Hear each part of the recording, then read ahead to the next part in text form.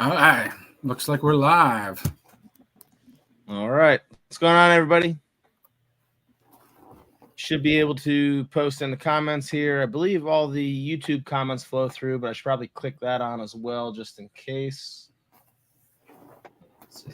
Still novices at this, figuring it out, but all right, let's see. I'm gonna move this over here.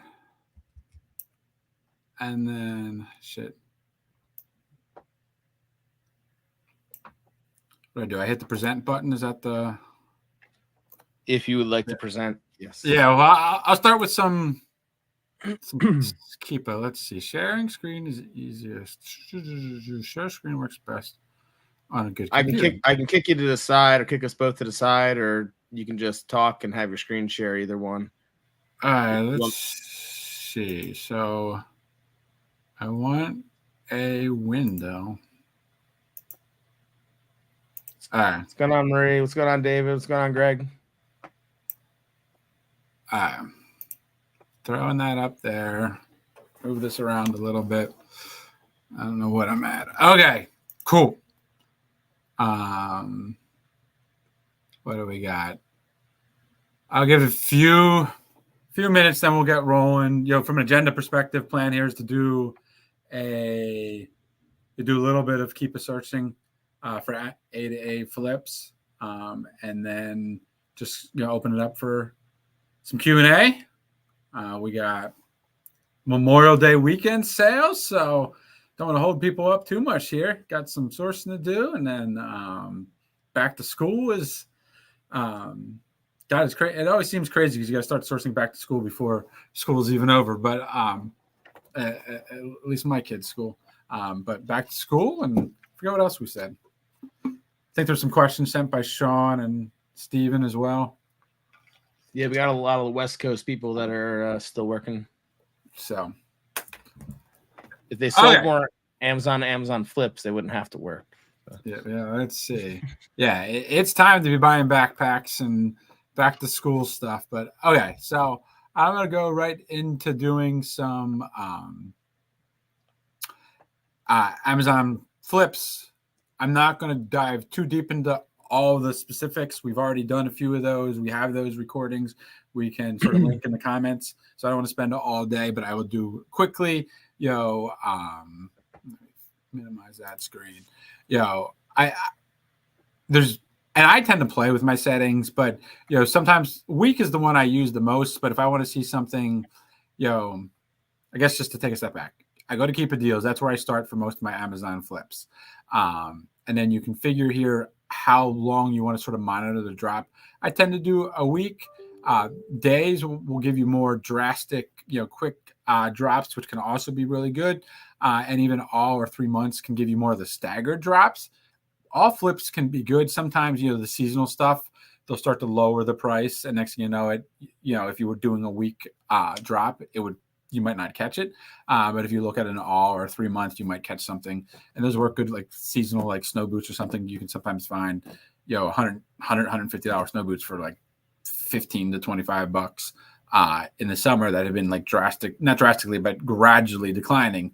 So you'll miss that with, just doing a day or week. So I switch it up. Sometimes I'll even do like all in type snow boots and just, try to get the data I'm looking for that way. I toggle usually between 40 and 50% range, drop percentage, or DOP range, usually in that 10 to 12 range. Price range, usually I'm looking for something over $9. I play with these numbers. Doesn't hurt to be a little bit less. Sometimes I remove the rankings because sometimes the NA ranks stuff still flying, but also gets you so much data. So for now, I have it at 250. Let's see. Has Amazon offer? Lots of times I do have that clicked because you want something that Amazon has stock for. But there's also plenty of good flips, like 6 p.m. flips and third-party flips that would be good if Amazon's out. So right now I don't have it on, so I won't do that. And then sort by, again, I play with this. Sometimes I'll do percentage, but if I'm going back for multiple times, in a day, I might go newest so that I get anything new that dropped. So And that brings all the information up here. And then you can sort of bounce from category to category to see if there's anything good. I'll hover over and try to see if I can see anything of what might have triggered it. This looks like has some good ranking. I don't see a big drop, but let's see. So this one to me almost looks like a false positive because it looks like it's been pretty solid at $17. So I don't know what drove it unless somehow it's calculating. Might be looking at Amazon. Amazon was at $70 and then dropped down to meet the buy box price or get closer to the buy box price. Still not a buy box price, but that's an avoid. I like electronics. I tend to go to categories that I like. Doesn't any of them are good. I do a lot in the shoes and clothes and sports category. Electronics can be good. Let's see, and of course toys, especially as you get into Q4, toys can be nice. So, for those of you who asked me last time, you guys sent me a few DMs about how come Jeff's screen looks different than your screen. If Jeff has clicked them before, you can have settings where those will go away now so that he doesn't have to relook at them again if they come up. So a lot of these things he might have already gone through that you might be seeing. So when you toggle on the same settings he has, you might be seeing a lot more products if you have not already gone through these. They don't disappear if I've looked at them. You can click. There's a setting on the bottom where it says, let's see, where the heck is it? Percentage newest. Clear visited deals. Yeah, I don't have that toggled on though. Okay, so then yours might be changed. They might have had it so it was the opposite with them, but some of them were saying they were seeing a different amount than what you were seeing. Okay, yeah, I mean it's always changing. I don't know. All right, sorry, I closed that toy without even looking at it. But again, this looks like another one where Amazon dropped price, but they're just going down closer to MSRP. So it's this is worthless. It looks great here that Amazon's at 63, but there's no change in the buy box price. So I just hover. I don't click on everyone. Again, when you're learning, it maybe not a bad idea. But from my perspective, what I think is driving this, and I'll click on this one to show, but I think what's driving this 29 to 13 is up there. The average was 29. It has now dropped down to 13.39. But it again probably another one where it's more in line with the buy box price. Yeah, see, so there's no money to be made here on this one, and boom. So I'll go to clothes and shoes. These seem to be the best category for looking at items. Let's see, what am I still sorting by newest? Okay. So Amazon Essentials are restricted, so I'll just flick through that. I'm looking for brands that I think will sell good. This one, Under Armour New, tends to be restricted. There's probably not any money here, but I'll take a gander. Sometimes, too, I'll just sort of queue them up and keep looking. $26 Levi's.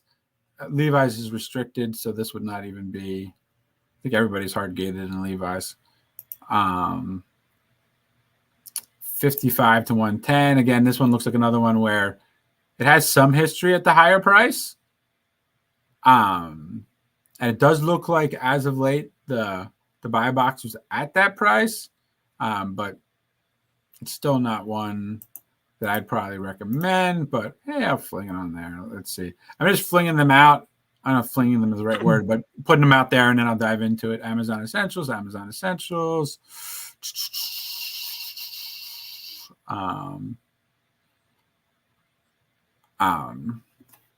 17 to 36. Again, like I can see that it looks like this is going to be a false positive. Again, I'll pull it up, but yeah, like just the history is just too much at 17.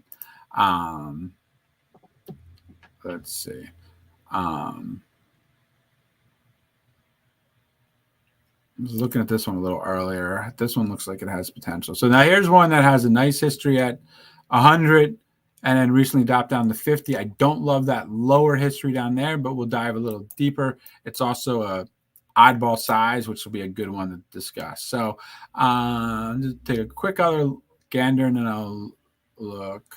I know Somebody told me Amazon was. Oh no, is that not where I want to search? I think I heard Speedo's on sale. Is that the right place? I think you want to. Yeah. If I search that, it's not gonna search the deals though. Probably not. Yeah, I want to go over here and I'm going to search the deals. So, it's not letting me search right now. So whatever. I'm not gonna worry about that right now. All right. So now I'm gonna flip over to the ones that I queued up. Amazon was $9.99, and it looks like they're already out of stock. It wouldn't have worked anyway, but they're already out of stock, and we're not making money $10 to $20. $10 to $9 anyway. So we'll Zach, close that one out. Zach, to keep a chart is showing for that variation on this. All right. So this is another one that, the history is way too much at 55. It did pop up there. We can take a look to see if other sellers, where they are at. So for what it's worth, the other people are at 99.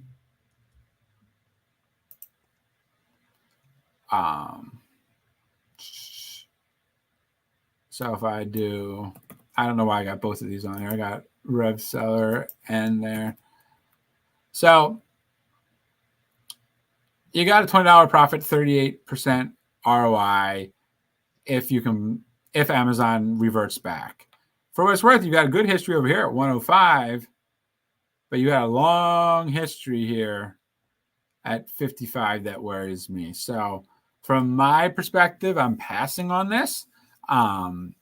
But some people might be more amped to risk that. Now, one thing can do, I got the variation viewer here, and I can plug in and see, okay, what else is under $55 and how do they look? Because this is what size is this? Size 14. Let's look at, a size. No, this is interesting. 9 wide, 11 wide. Typically I avoid the wides, but that says it's one of the most popular sellers with reviews. And again, you're seeing the same thing. I mean, this shoe flies, but just too much lower price history. It's selling 50 units a month. You can see the offers going up and down. And again, you some cases you see this buy box up here at $100. So it's not out of the question. Well, hell, look at this one. The buy box is at $100. Let's see. I don't know why it's not showing me the sellers here. Let's see if Amazon's on the right or if they're just.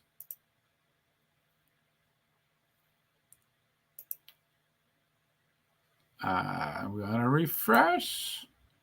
While I'm refreshing, I'm going to turn off an extension. Let's see. We'll turn that one off since that one popped up first. Let's see if that helps.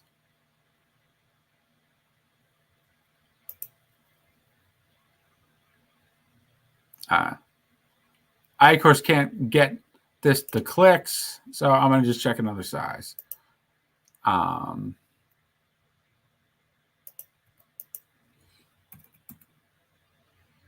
Let's check 10.5 wide.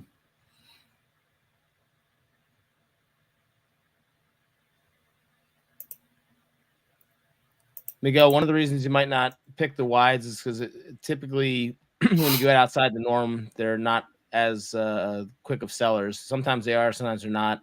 You just got to look at the charts, but typically they're not going to sell as much as just a normal size.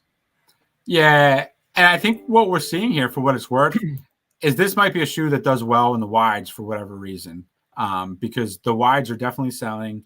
You can look down here and it's selling 50 a month. You can see the offer count, nice and high up here at 36 and going down. A lot of movement on that offer count. Some good history, a recent history at 105. This guy's sitting there at 98 right now, and the buy box is 55. So ROI is a little tight. Margins are a little tight, a little risky here at this, but there's definitely some possibility with, flipping these. It's one that you certainly may have to be patient. But again, as you can see, like right now, this guy's already got, a buy box sitting at $98, and you can buy it off of Amazon, on the right for $55. But you never know. Let's see. I'll check one more. I think I saw 10 was in stock too. So in this case, we got 108 at the buy box, and it's been going up in price. And I'm guessing we'll find if I can get this to click. Let's see. All right. Maybe you guys can have better luck than me because I can't. I don't know what's up. I can't click to see if Amazon's on the right. I would assume they are because, again, it's showing up that Amazon's at $55. But they may have went out of stock. But either way, you can see Amazon's going in and out on this variation at $55.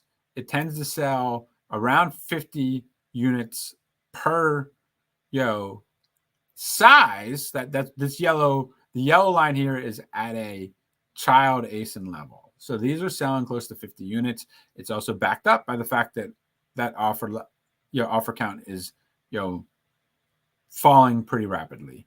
So we definitely are seeing raising prices here, and God, this guy's at 108. If you can actually buy this at 55, you're looking at a $30 profit and 54% ROI. Again, a lot of lower price history. Even as of April, this was at $75. But it's definitely something that you can make some money on if it sticks. $75 about break even. You don't want to be there. 99 is at that 20% and 40% ROI. So, all right. Any questions on this shoe? Anything I'm walking through on here? And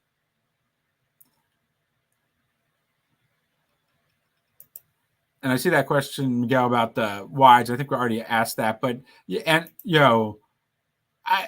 lots of times the wides, the narrows are the ones that I really avoid. But you just have to look. Sometimes they don't sell as well. And this shoe does look like it's selling as well. So I would not be afraid. If anything, I would like the wides because most people will avoid the wides. Let's see. All right. I'm going to dive into the next shoe that we found here. Turn that. Oh, well, refresh this. All right. So we got a $50 shoe here. Another unique size, we'll call it, at 14. Amazon looks like to only have one that they're somewhat back ordered in. Split gray, definitely getting some reviews, so we like to see that. We'll throw a 1 to 51 to see what other shoes are under 51. Looks like we got a bunch of black. So first we'll look at this individual shoe, and then we can look at some other ones. Very good history at 100. You got, very little history much below the 105 since last July. I do not like last July's numbers, of course, but outside of that, it's been nicely priced. 95 to 105. We're getting into sandal season, so that's good. Let's say there's no other seller, so if you buy this, you have your ability to sort of price right. You got a $33 profit almost with 65% ROI. Let's see. I do have inbound placement fees in there. I do not have low inventory fees. I do not have shipping fees in there. Prep fees, all that stuff. But either way, you got plenty of room to work. This color certainly sells. Size 14 is going to sell slower, but there's definitely a demand in there. This chart is hard to get much data from because it's certainly not flying, right? That last one, we saw lots of ups and downs. So we knew, plus we saw the 50%. So we knew that was moving. This one, it's hard to see, but if you go back a little bit, you can see that there's some movement here, it looks like. So it definitely moves. It's one of these things that it looks like there just hasn't been a lot of competition. There's not been a lot of people on there.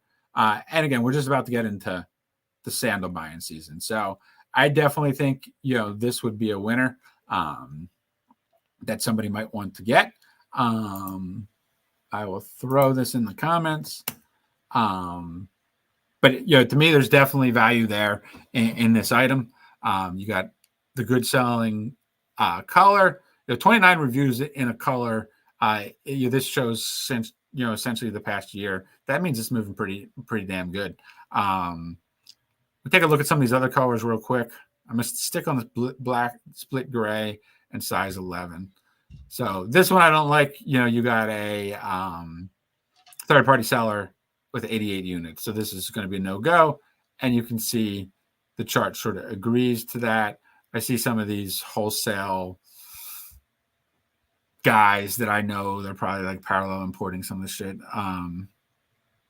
So they're, I don't know what they're doing, selling for $40, but they've been killing the price on these. Does look like it's trying to get priced back up, and I wouldn't be surprised if it does get back up. But it's not what I'm waiting for with the guy sitting there with 88 and Amazon on there. I'd be tempted to buy all 88 from this guy. And if he went down a little smaller, if he went down to like 35, that to me, I would definitely go, because these do fly. You're talking, they're moving 500 a month in August, which means they probably do 500 a month, all of the summer. So these just fly if you can get that at the right price. And I do think this guy is probably like a closeout guy that's been sitting on this for a year and is getting impatient. Well, I don't know if we get impatient. It's been cheaply priced for a long time. So I would not be surprised if we check back in August and this is at $100, but I would not risk it. But some of you guys may be riskier than I. Okay. Spent about 20 minutes doing a couple sourcing flips. I definitely would buy a couple of these. I could dive into it a little bit more, but I'd rather make sure we're hitting some of the questions. One about flips than anything else. So let's see. What's going on, Dylan? What percent of your business is A2A? So it's hard to track. One of the challenges, which I did a bad job of doing in this sourcing, is a lot of the flips that I find will then drive me down a path of purchasing more items from a retailer. So I can tell you that these chacos are not, price matching. It's just the price there are. But, especially in Q4 where I'm buying, toys, usually they're price matching Walmart. Lots of times you can find deals from Amazon. You find the Amazon flip, and then it takes me down to, I find out they're price matching Macy's, Best Buy, Walmart.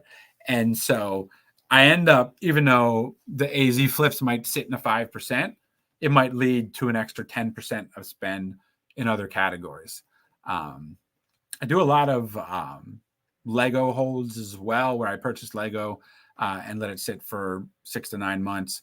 And then instead of coding those, we code those all under Lego. So that gets a little complicated too. So, but I'd say probably about 5% is A2A, where I'm directly buying from Amazon. And then it probably adds another, 5-10% of purchasing on other platforms. Let's see. I'm going to stop sharing and I'll hop over here. Okay. What else we got?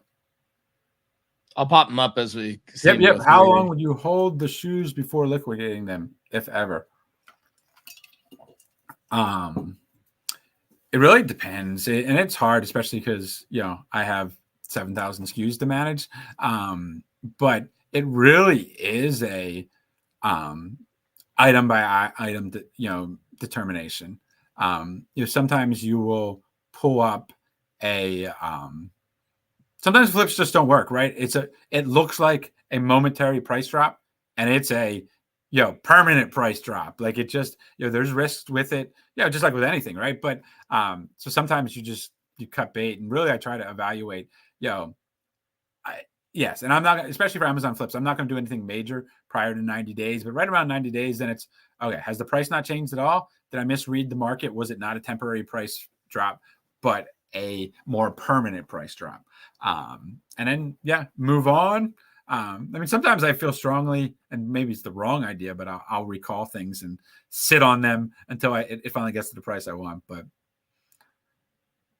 and they are return packages. Do you still send them FBA, or do you return those? We do use the brown box from Amazon, especially if we bought it from Amazon and they shipped it to Amazon. We figure it's okay to send the customers. We will if we bought something from Amazon and it's a high priced name brand type of shoe that we think is going to potentially lead to red flags by selling them in a brown box. We won't do that. Definitely and we don't do a lot of Amazon flip Nikes, right? But say we got some Nikes off 6 p.m. or again, even if I just bought from a retailer, if I'm buying high priced Nikes, Jordans, and they're coming in brown boxes, or if I was stupid enough to do it from Famous Footwear and got the red Famous Footwear boxes, like they like to send things. I think it's red, right? In the bags, all crushed up, like Ace Ventura kicked them down the hallway. Yeah. So we'll return those, or we just, in some cases, we just avoid certain suppliers because we know, the odds of getting a good box is, unlikely, and we are somewhat what's the word I'm looking for?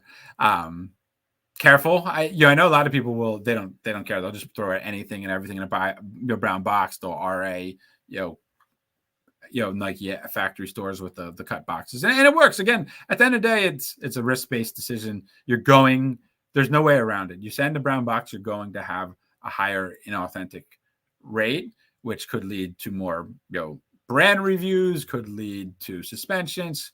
So it's just something that you need to factor in. And from my perspective, if I'm sending 1-2% of my inventory with brown boxes that are all shoes that I'm probably going to sell under $60, under at least $100 and not Nike, I'm not as worried about the risk. But if I'm doing 100% Nike factory RA, where 75% of my stuff's going in brown boxes, you're going to be at a higher risk of issues and just a higher return rate. I'll add to that too. Like, make sure the tissue paper looks nice in it. Don't send something that's just 2 shoes loose in a box. Make sure it looks like it came from a store. Make sure the laces are nice, and make sure it doesn't look like someone walked around with it all day and then threw it into a box. Like, you want to make it look as professional as you can, because you're basically saying, hey, the box was damaged, we just replaced it, but everything else is good to go. Anything beyond that, you're running the risk of getting more returns or bad reviews. Yeah, and I would say it's definitely riskier for a newer seller, right? Like, I'm a large seller that's been doing this for 9 years. So one inauthentic doesn't do it. I mean, I get 10 inauthentics a month, during slow periods. Like, in our account health is 1,000, right? But somebody else that's, I don't even know what's a bad account health, because I've never been below 1,000. But, if your account health is hovering between whatever that, where you go into low, maybe don't do brown boxes. But if you have an account that's aged and you're selling, and you might be more up for the risk. I think Sawyer mentioned in one of his list of how to go into Nike and do stuff, like, don't go and get all the boxes that have the tops cut off and then start throwing them in the new boxes.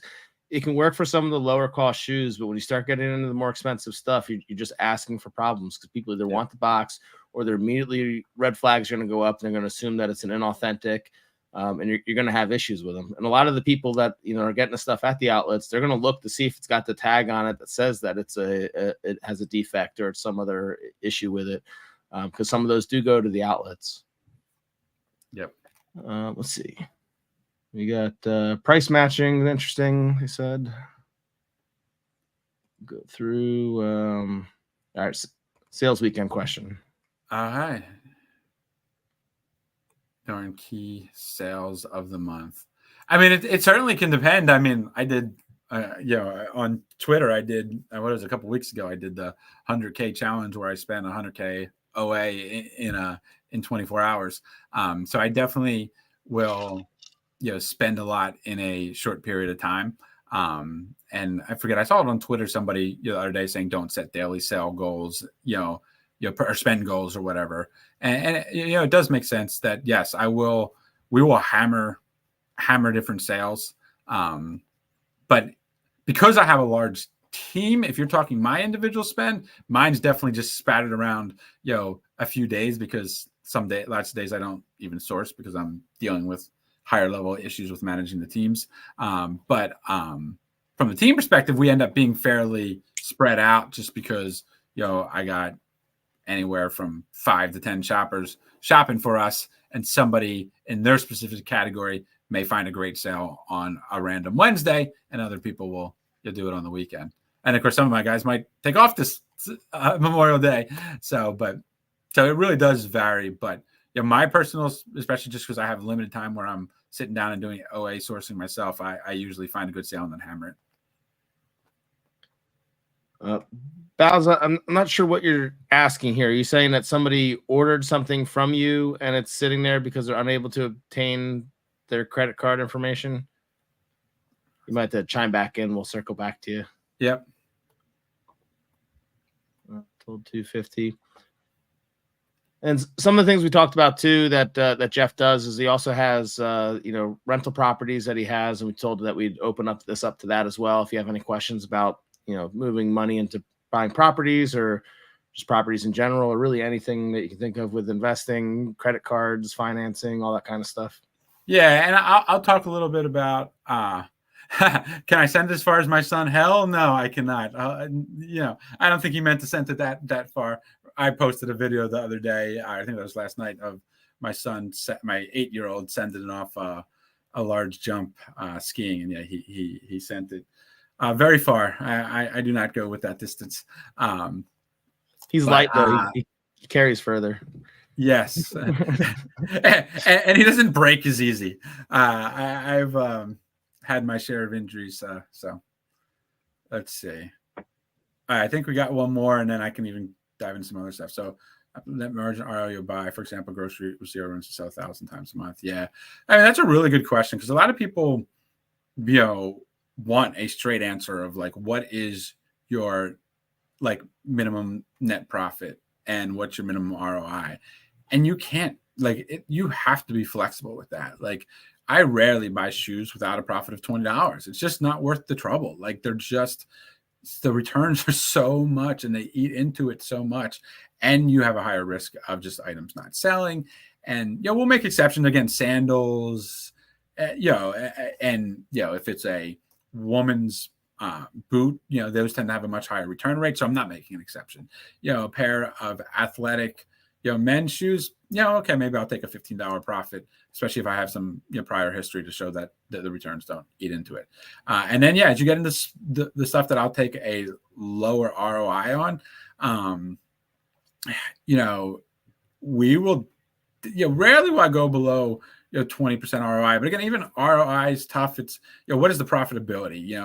And if I can net $1 on something that I'm just spending a couple bucks on, and I can move thousands per month, I'll do it. But again, it's understanding the returns, the prep cost, there's just so much that goes into it. So and I'll take $1 profit if we're talking it's a $2 item, $2.50. So I'm still, my ROI is good. I don't want to mess with a 20% profit, $1, or sorry, 20% ROI, $1 item. But, it really does. It works out. It works out. You factor in all your numbers. Like, sorry, you sell a lot of shoes.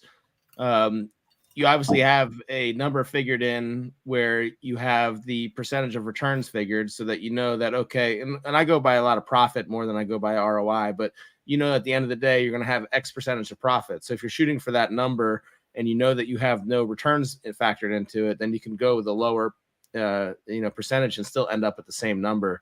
But if you're hitting like 8-10% on some of these, grocery items that are just moving so fast, they're so light, they have very little prep to them, take up very little space. I mean, it's worth it all day long. Let's see. Here, you can answer this one, Jeff. What's your guys' go-to way to source? Yeah, I mean, I do a little bit of. I mean, again, I start with the A2A flips. Obviously, it's usually my daily go-to as it relates to just finding some inventory and then leading to sales. I like to use lead lists to get some ideas, especially like when I have new shoppers or when I was starting, just to help learn new sources. And then besides that, I'm always more of a front end sourcer, not a back end sourcer, if that makes sense. I'm not a big reverse sourcer. I tend to focus on going into different stores that I know have a sale and picking categories that may have a sale, and then I tend to manually source it. I have context menu search as my big free extension that you guys, I don't know if you saw me using it, probably didn't see me using it in Flip, but I just right click, I highlight the name of something, right click it, and then context menu search will search Amazon for me. So I'm old school that way. I do like tactical arbitrage and I'll play with it a bit, but I just don't I use it more for wholesale than I do for OA. Reverse sourcing, I don't do much reverse sourcing, but sometimes, for instance, like Dick's Sporting Goods might have a good sale that I see, and there's a couple guys you'll see anytime you source on the front end of a site, you'll eventually realize that some of the same guys are on every single listing, right? Like, I'm looking at Dick's Sporting Goods and I find the same person, and particular Dick's Sporting Goods has a lot of drop shippers. So I might, reverse source somebody that I know, like their large portion of their business is Dick's Sporting Goods, and see if I find anything that I can then plug into Dick's. But mostly from my perspective, I do the front end manual sourcing. Now, one thing with the reverse sourcing that is good is if it's in back to school or like Q4, when people are just buying it real quick and sending it FBM. If you're doing reverse sourcing that way, a lot of times you can still catch the sales while they're happening. If you're trying to do it the other way, you're sourcing people that have, they already sent it in, it's gone 30, 45 days, and now you're seeing stuff that you're just never going to be able to get at that price. So when it comes to the busy times of the year where a lot of people are doing FBM and you see that they're selling FBM, that might be something where you jump into and look at what other products they might be selling and see if you can buy them at the same sites you're trying to get at. Yeah. Yeah. And they all work. And the thing is, I have a team, right? So like I do my sourcing, that's the way I do it. But then I have other people on my team that they almost exclusively use tactical arbitrage. I have people that, do more reverse sourcing. It really, there's a lot of ways to do this, and that's the beauty of this. And you sort of find what works for you and go from there. What credit card do you work for points and cash back? Oh, yeah.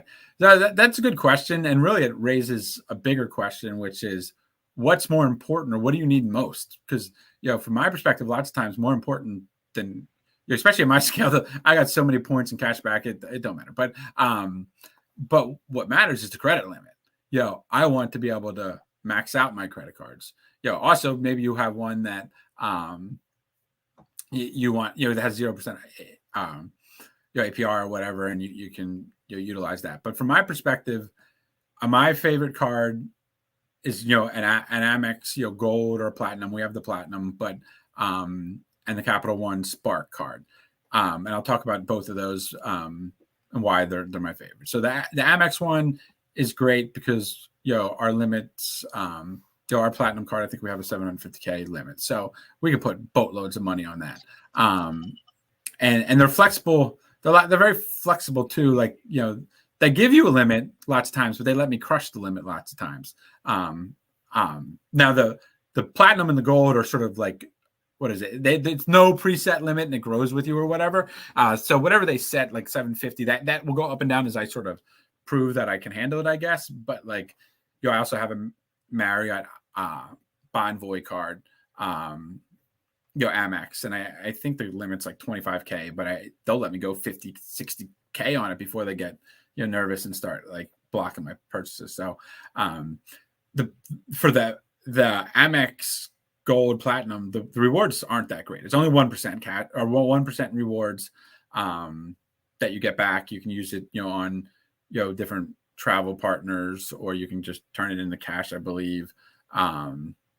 If you have a Charles Charles Schwab card, Amex Charles Schwab, you can take your Amex points and transfer them at a rate of 1.1 to or I guess it's a penny 0.1, whatever it is. You get an extra 1%, I think, transferring it to Charles Schwab, and then you can invest, cash it out, whatever you want to do there. So Camex I don't necessarily like for the rewards as much as it gives me the best limit. The Capital One cards are tough when you're getting started. When I first started, I think they gave me like a 40K limit. And I think if you're under like 150 or 120K, they report it to your personal. So it's a real pain in the ass. But eventually when you get to a point that you have your, you can work up a limit of 6 figures on another card, you can then sort of reach out and try to get connected with a Capital One rep. And because they, essentially what happened with me is I think we had a 500K at that point on Amex, and I just called Capital One, got connected with an account manager and said, look, your cards, I love your cards. I want your 2% cash back, but you report to my personal credit, and 40K, that's not even a day some days. Like, I need more. So I forget what I gave. I think I had to give like screenshots for Amex or whatever. And they just, and obviously they also asked for tax returns and financial statements and, the whole 9 yards. But, eventually, I got approved for, they matched the Amex, which was nice because, at some point I had it up to, I think 500 or 750 with the Capital One card. And you get 2% cash back. So that's great for cash back. My issue with that one is our business can be very seasonal in the fact that we purchased a lot in Q4 and leading up to Q4 and slower in Q1 and Q2. And then they'll start to pare down my limits. So, I go from 750 down to like 400 or 500 on the Cap One card. And it's annoying because I want that full 750 on there during peak seasons. So those are the two that from my perspective of getting my credit limits up, we're good. Chase has a lot of good cards for a lot of different like travel rewards. And so I have the Chase Inc. card, and that gets me 1.5% on everything. I think there's a Chase Inc. preferred or something. I don't know if Sadiq's here. Maybe Sadiq can. The Chase Inc. card also does a couple other things. Like they may give you, say, a $10,000 limit, and you're like, what am I going to do with $10,000? You call them, and they won't up it. They won't bring it up. But then you can apply for another Chase Inc. card, and they'll give you another $10,000 on a totally separate card. So they'll do some weird things sometimes where you can get through to that. And then to add on to it, if you're just beginning with this and you don't have any kind of real credit or someone that gives you decent limits on it would be the Amex Plum, and then plus you get the extra 30 days of like a grace period for paying it. You can still get yourself in trouble with it, so don't go crazy and spend all the money and don't have a way to pay it back. But that is one that doesn't give you really any other perks other than there's a couple of store things you can click to have rewards on, but won't give you any kind of cash back or anything, but it'll help build your credit and allows you to have that longer period to pay things back. Yeah. I see Sadiq chimed in there. He's on here now, yeah. Chase Inc. Premier, and it's going to have a higher annual fee, I'm sure, but you're getting 2% and then 2.5% on your purchases over 5K. So, and you cannot combine limits. So so that's a nice one. I have like the regular Chase Inc. Unlimited, I think it's called, or something like that. It gets 1.5%. It has a lower annual fee, and then you can transfer into travel partners, and you can really get some good rewards through the Ultimate Rewards program. So that again, as you start to increase your spend, you have that ability. I mean, we need multiple cards anyway, just to be able to, like, if one gets jammed up, one gets, flagged at a store, we can switch it up. So we have 10 different credit cards, but that also allows me to collect a lot of different rewards so that I can travel for free. And, we give away a lot of points as, gifts and stuff. So do you use store credit cards? Mostly no. I have an Amazon Prime card for the Amazon Flips. It's connected to my Prime account. And then I utilize it on my non-Prime account. We didn't dive into this a lot, with Amazon Flips, but you can't buy with Prime. But I can use a Prime card, and they will still code it as 5%. your mileage may vary, I guess, for other people, but it has always worked for me, and it gets me 5% back. Some of the sites will flag you though if you're buying a lot of stuff from them with their store credit card, and it's like the same type of thing over and over and over again. So you do got to be careful with that. And they tend to have the highest interest rates. So if you are not good at paying things off, do not get a store credit card. Yeah. So yeah, I don't mess with. They have lower limits too, and from my perspective, I have so many buyers, and it does get a little complicated to get them on the store cards and stuff. So we don't use it as much. I used to do a lot of TJ Maxx Marshalls. When we had a team of 10 RA shoppers, and we used to use that card all the time. So I still have one person out, and she uses that card because it gets 5% back, and it was easy enough to get them added. So, do my account name that matches your Amazon account when shopping OA deals? No, they do not. They will have a credit card that's in their name. It will be not at all matched to my company name or to me in any way. It will be in their name. Makes it complicated when fighting authentics and brand reviews and all that other stuff. And ultimately what we do is we have a document that matches. We usually provide a credit card statement that shows that it is our credit card in our company name. We print out, we use Gusto to pay our employees. We do a report out of Gusto showing that they're employees for the company. And that's how we map it up to help fight those inauthentics.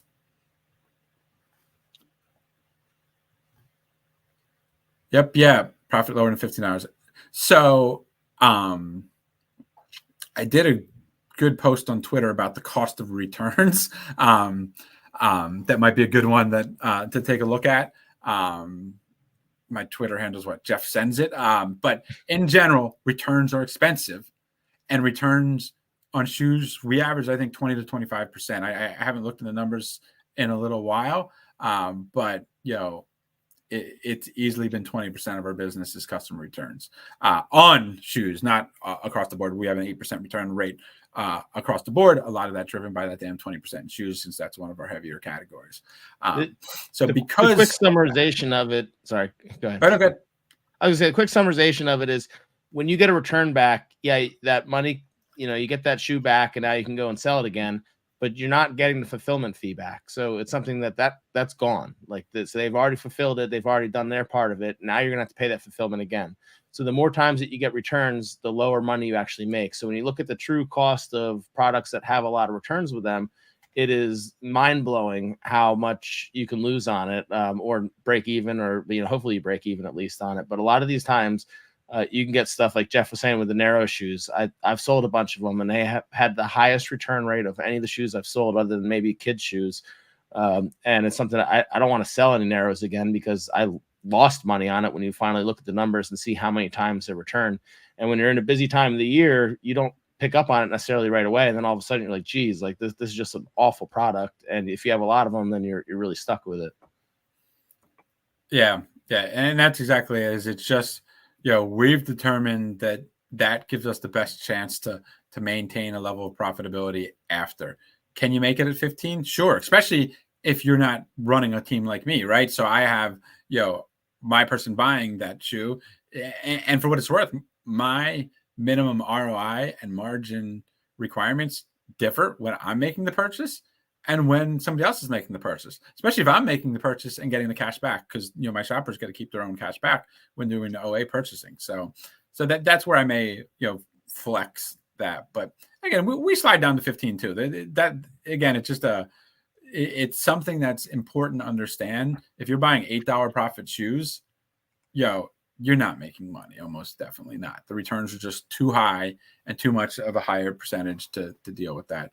So I'm dropping a link here to our Discord for anybody who's not following it. They're following on Twitter, YouTube. We answer a lot of these questions in there all the time. Jeff and I are constantly going through, and we have a lot of other, large, sellers that are more experienced, that have been in us for a long time, that'll also answer questions in the group. It's free. There's no cost to it. It's just something that we like to do. Let's see. So field account health. All right. Do you feel all how solve after doing this so long at a huge scale? I see people getting account shut down all the time. Do they just have the wrong documents to fight it? That's a very difficult question. Knock on wood. I don't want to jinx myself, but we've been able to avoid a suspension in the 9 years that we've been doing this. But most people you talk to, everybody's, I would say 90% of the sellers that have been doing this for a couple of years have been suspended at one time or another. It just seems to be a rite of passage that thankfully I've been able to avoid right now. I do have a whole team. My operation team is 3 U.S. employees and 3 VAs, and a lot of their time is, one, getting our documentation ready in the event that we do have account health issues, so that then when the account health issue hits, it's all ready and we are able to attack, providing the documentation pretty quickly. How do you keep track of your expenses so you know how much inventory but each month and not getting over leveraged? Do you always max out money and credit cards, and how do you manage the spend of returns so you don't end up in the red? How do you track expenses so you know how much inventory? So using a couple words there that I'm not completely understanding. So, I mean, from an expense standpoint, I look at expenses not as cost of goods sold. So inventory cost, I'm not lumping into expenses, but it almost seems like you're mentioning sort of the cost of inventory and whatnot. So, we use Inventory Lab, and we put all our cost of goods in there, and we're constantly running reports, daily of the profitability and evaluating where we are. We also do a daily report that shows what our sales are and what our inventory value is and what that ratio is, to trying to understand, all right, how quickly are we selling through our items? Because if we're under 2%, we're not moving stuff fast enough, and then we have to worry about that. So we monitor that. We have QuickBooks online that's run by our bookkeeper, and they provide mid-monthly and monthly updates and whatnot. I do not max out my credit cards most of the time because of the limits are just massive that I don't need to use it until we get into Q4. And I always pay them down. The goal is to purchase enough to then sell enough to pay them down. All right. You'll have to answer this one. I don't know if you mind sharing any of that. Yeah, I mean that varies, after returns and year to year. It's hard to say. Gross margin after return selling fees. So I end up paying my bills and usually end up buying a couple houses. Let's see. Here's a good one, Jeff. How many hours do I spend on my Amazon business? Oh God. It depends too. Q4, not Q4. Is it skiing season? Is it mountain biking season? So outside of skiing and mountain biking season, when I'm busy on the slopes / trails, I would say 12 times. I probably work 12 hours a day, 5 days a week, 50 to 80 hours a week, probably. When it's not Q4, then those numbers up because I'm just working all the time. So, but it's not always that, and I tend to, I live on the mountain January to March and ski every day. So my hours, I trim down the work, January through March, and then I'll go back to the mountain, in the summer and mountain bike every day or not as much every day, but I mountain bike a lot, which, again, I'll reduce my hours in the summer. And then sort of in between times, I'm usually, between ski and mountain biking season, I'm usually working my ass off to get caught up from all the shit I missed when I was skiing all the time. And then once I get out of mountain biking season, it's Q4. So, and I just work all the time in Q4. I will say that during Q4, I've been linked up with him on some of the groups and things where he's dropping some leads, where it's him and I in a small group, and he is a machine with it. So he's dialed in, he's focused, he's not doing anything else other than finding leads and dropping them. So it's something that, the time that he's spending is being, it's being focused. It's not just kind of petering about.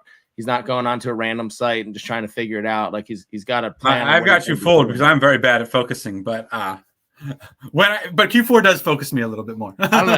You're dropping more leads per minute than you knows. So it's let's see.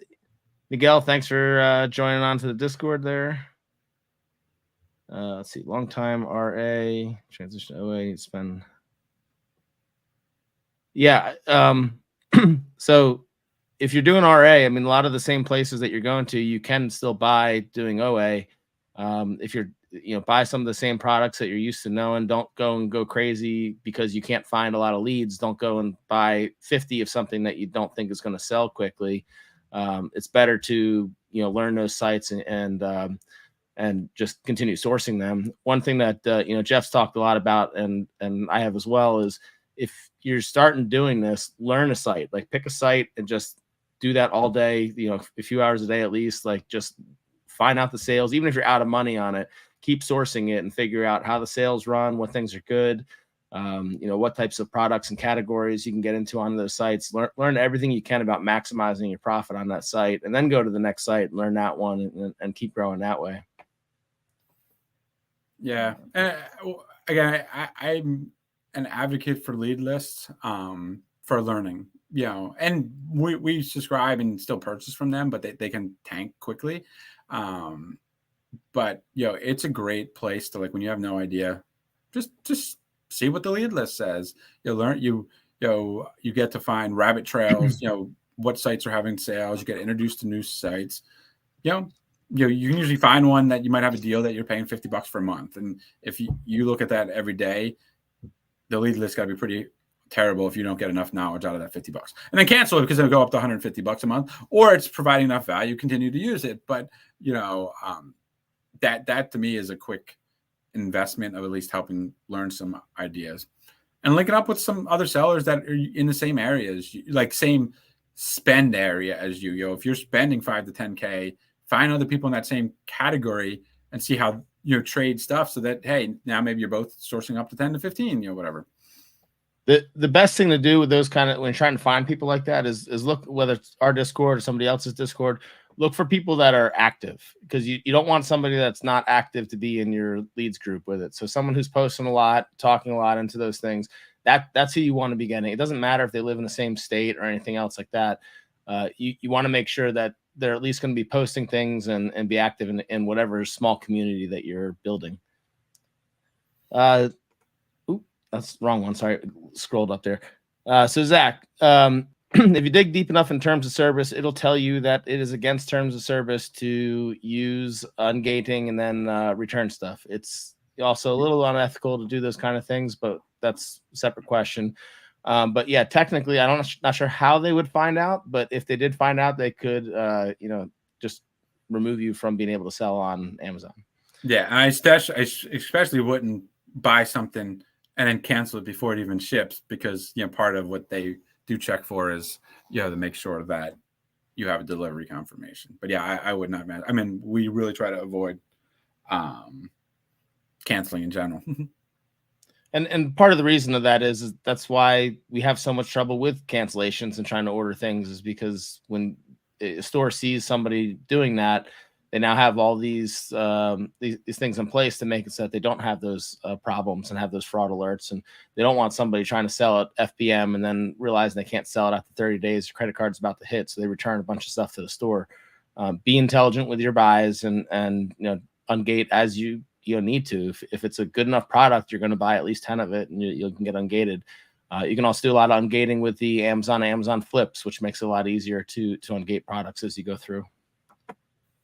Let's see. Jeff, how much time do you have here? Well, you should be able to get through at least those next 3 questions and then wrap it all up. All right. So we'll go back to Sawyer. I rarely use gift cards. When I first started, I used it all the time. But I don't. It's an added step to manage that I just found wasn't worth my value. And I ran into too many issues, right? You order a bunch of stuff, I got, 250 gift cards, ordering, a bunch of orders. And then 3 weeks later, stuff gets canceled. And I'm trying to figure out which gift card the item was on. And, it seemed like too, like then maybe we have a customer return or shopper return, or essentially an OA purchase that we have to return. That gets refunded. I'm trying to figure it out. I felt I lost more than I gained from it, especially as the margins disappeared. So I don't use it that much. Obviously, like sometimes they'll do like the, $80 gift or $100 gift card for $80, and I jump on those type of things. But like to get 5% back, we don't usually do it. I will use them on sites like Kohl's, for instance, because Kohl's, if you do get returns back to them, the card is still uploaded so that those funds will automatically get tracked back. You don't have to go check a bunch of emails and try to re-upload the things.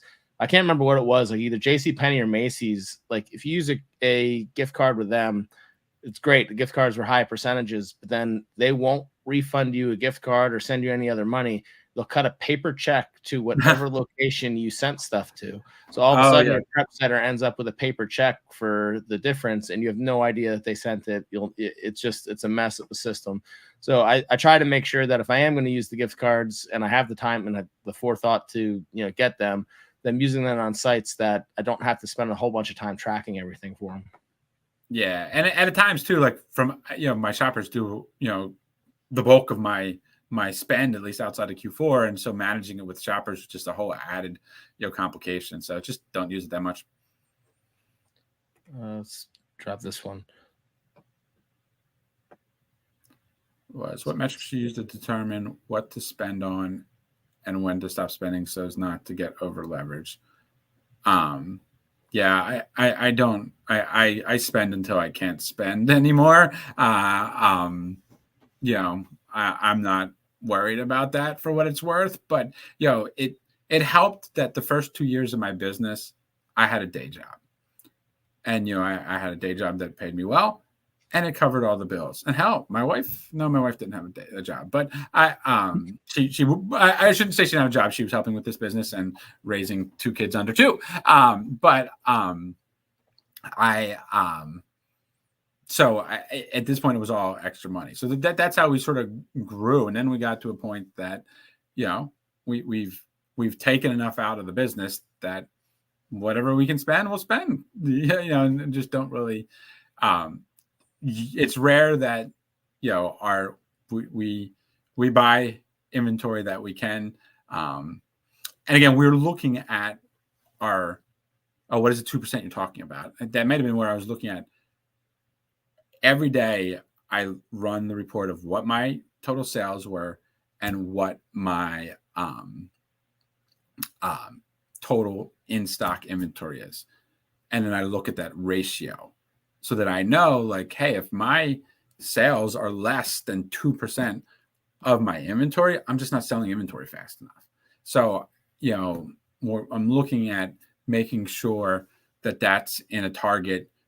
And that's where, again, not necessarily that I would slow down my spending, but that I would say, oh, we need to look at our strategy and what is happening that's causing us not to turn our inventory fast enough, because that's a key metric. So there's really at the end of the day that you really need to focus on selling the product, turning your inventory, and then making sure there's margins in there. And my answer is slightly different because I don't sell quite as much or anywhere close to as much as Jeff. But so when I'm looking at these products, I look at what I can confidently pay back. Like, so I'm going to put everything on a credit card, so I get all the points, get all the things and the the benefits you get for using credit cards. I'm only going to put stuff on there that I know that I can sell or feel pretty confident that I can sell. If I'm testing a lot of products, I'm not going to leverage the credit cards as high, because I want to make sure that if nothing's sold or if they tank, that I can still pay those things back, because that's the lifeline of your company. If you can't pay your credit cards and you default on something or default on the line of credit, that you're it messes you up for months. So you have to avoid that at all costs. So if that means not spending quite as much so that you can make sure that you can continue to keep the credit cards and the lenders happy, then that's what you have to do. You don't chase all the orange bars all the time. Like it's just be smart with your money as you're growing. Yep. Yeah. 100%. I'd like gift cards.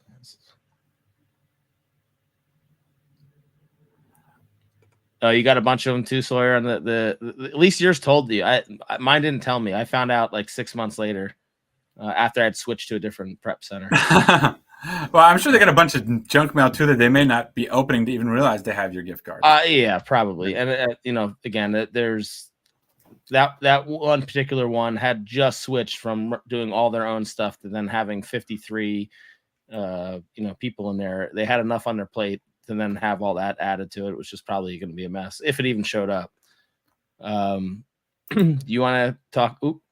Yep, I'm going to do real quick. I saw Dylan asked a real estate question, which I always like. Oh, okay. I missed that. Sorry. Yeah.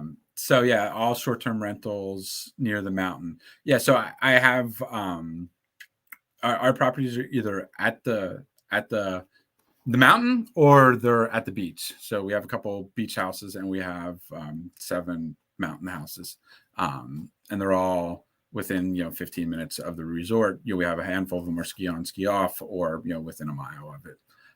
Let's see. I do not have any long-term rentals. It's all short-term rentals. Have you been able to save on taxes by buying real estate every few years? Probably not. We unfortunately probably make too much money with it, to be honest. We cash flow positive on this business as well, so it's probably I make too much money with it to be able to have massive cash advantages, I believe. I think the IRS looks at it differently. If you have like the longer term rentals and you're not making a certain percentage above what the market value is, then there's a lot of different deductions that you can take to hide the money that you're getting, but not hide it, but to sink it into there, because they want you to be renting things out. That helps people. And in this case, this is more vacation, and he's making too much on it to and you know what? For what it's worth, I think the first couple of years it worked better because we bought 10 properties in, I think, 18 months across 2021, across 2 years. So those years we had bigger write-offs, but then, after those years, it's probably been cash and flow a little bit. We got in the good time. Most of our properties have almost doubled in value. And the rents have been very good. I actually shouldn't say double. I think all of them are up at least 50% in value. So it's been it's good, but it's not necessarily a huge tax advantage. But Jeff, do you want to answer what your feeling is on Sierra? Sierra also ships back to shipping address provided. I mean, again, that leads back to the same thing. I think that's going back to the credit, using the gift cards. Like, it's just, I know that it can work, but I know that I'm not good enough at tracking it for myself, right now, that I don't do it. Ideal or planned buy box on your dashboard. We have 2 different answers on that. Yeah, you know what? I honestly don't even look at that number. I don't mind selling on stuff that doesn't have a buy box with it, but I'm tracking a lot less ASINs where I can kind of go through and do what I need to do to manipulate pricing. Now I know if you're using some of the better repricing softwares as well, that they'll pick up on that real quick and be able to adapt. I don't use Seller Snap currently. I know Jeff does. I've been on some same listings as him, and he's crushed me even being at higher pricing. I have no idea how it does it, but it works. So it's a great software to use, and I think it also, when something goes out of buy box gets suppressed, it will adapt and do different things to it as well. But I don't mind selling on them. You need to be the lowest price generally, or the lowest FBA price if everybody else is FBM. I think Jeff probably look more for buy box on all your listings that you're selling on, because you're looking for Well, we sell do them fast. suppress can make some good money too. I mean, at the end of the day, we look for an item to see if it sells, and then make determinations on that. And I honestly, I looked. I don't know if it's good or bad, but it says I have 9% buy box. I don't know. Is that good or bad? Where are you at, Joe? Oh, I didn't even check. But is it? It's not a number. Actually, Good. yeah. Right now, I'm much lower next. I'm selling on a bunch of suppressed listings right now. Yeah, well, I was just saying it gets. I think it counts as 0% buy box if it has no buy box, so it messes up your numbers. But as Joe alluded to, between my repricer and because of my size, I just we tend to have 25 to 50% of the buy box on most of our listings when we're in the buy box rotation. And we make that assumption that when we're purchasing that, we're going to dominate the buy box, especially on the OA side, because there's a lot of metrics that go into what breaks up that buy box percentage. And I don't know what all it is, but I know that a lot of it's in my favor, being a 9-year seller with an account that's actually over 20 years old, because I actually had my first sale in 2003, but really didn't dive into Amazon until 2015. But my account goes back to 2003 on the seller side, and there's just not, on most of the arbitrage listings it is very, very rare that we run into a seller that's our size. So between our size, our account, and then we use Seller Snap, which I just, from my perspective, is the best repricer out there. And those three things, as Joe alluded to, I'll be a buck or two higher than him, and I'll get 50% of the buy box, and he'll get 10. And this is not like $150 product either. This could be on something that's $25, and I don't get it. And he'll sell a ton. And I'm like, hey, are you actually selling any of this? He goes, are you not selling a bunch of this? So yeah, it's pretty wild what it could do. And you see it like if you're really watching it, it's just tweaking the number all day long on it and getting that buy box. I'm not really sure how it exactly works, but it does really well with it. Yeah. So yeah, I mean, it's definitely but it varies, and that's one of the things that there's, in my opinion, there's a lot of advantages to sort of scaling up, and one of them is, again, I don't know what the metrics are, but it definitely seems like it allows you to get a little bit more buy box percentage. The more reviews and orders and sales you have, it helps with the account health. I'm not going to dive into it now since it's already 5:13, an hour in, but there's a lot of advantage if you've check my Twitter account. I did a post on it of being able to ship things in full truckloads instead of a small parcel. And I sent 26 pallets yesterday afternoon. It's fully checked in right now. It was fully checked in this morning, I should say. So less than 12 hours, I have 26 pallets checked in. If I sent that stuff small parcel, it probably not even at Amazon yet. So so some advantages there. Okay, I want to wrap this up. In general, it's a good weekend to hit the sourcing. I can't remember.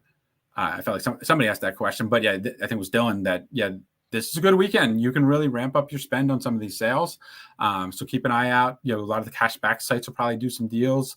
And certainly be keeping an eye out, because a lot of them will hit Thursday and Friday. By the time we get to Monday, there may not be that much sales or stock left. So certainly keep an eye out for that.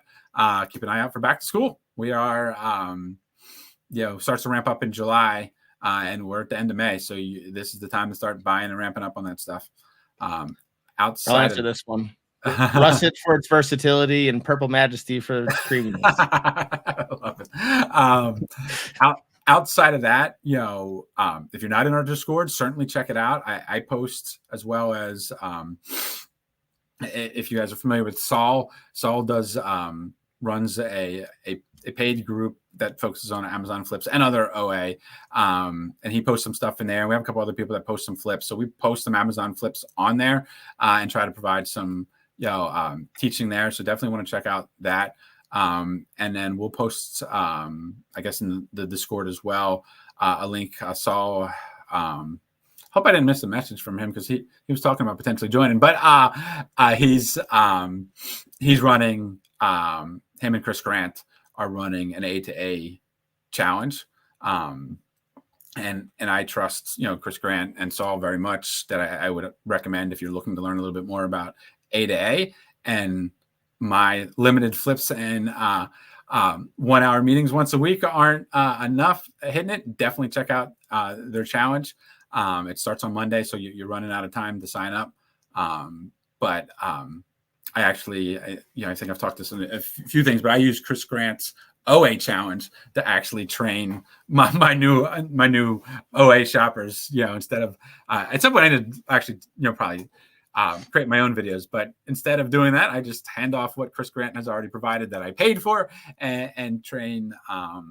Use that as a starting point to get people trained in it. So I think it's something that I support. And Joe and I one of us will throw it into the Discord if anybody wants to check it out. Oh, and actually, you can throw it right here, right? Do you have? Yeah, I dropped it there as well. I'm trying to see. So, trying to see if there's. I think is that the OA challenge, and then the A2A challenge. It's going to be five days of Saul going through flips, and that's all Saul. Saul, I think, does a lot of A2A flips. He knows it very well. He's automated with tools. It's really cool that the level that he's taken. I'm still doing the manual approach, and he's got all these tools and buying it from his phone and whatnot. So phone, yeah, he sits there from his phone and buys most of the stuff, which is crazy. Good deal. I don't know if it's the same price for everybody. I know there was a discount before, but it's $397 for the thing, which basically like you're gonna pay more than that just to talk to somebody for an hour on these things. So if you're trying to learn it, you're trying to figure out, exactly how they're setting things up, and somebody who's pretty much exclusively buying from these this way, it's just a great way to jump head first in. And I would imagine that you could figure out how to make $400 profit just by being in that course. Good deal. Outside of that, we'll continue to be posting some videos and doing our own flips, and plenty of free content as well. Don't feel like you need that, but if you're looking to accelerate, certainly a good place to learn some more stuff. Good deal. Drop our Discord one last time, and then I think that was it for the questions. Yeah. Everybody have a good Memorial weekend. Try to enjoy some of it. Get some good shopping in, but enjoy the holiday weekend as well. Yeah, get out in the sun. Yeah, at least a little bit. Mm-hmm. All right. Well, appreciate everybody jumping on with us here. We got 158 or so, it looks like. Good deal. Thanks, guys. All right. Thanks, everybody.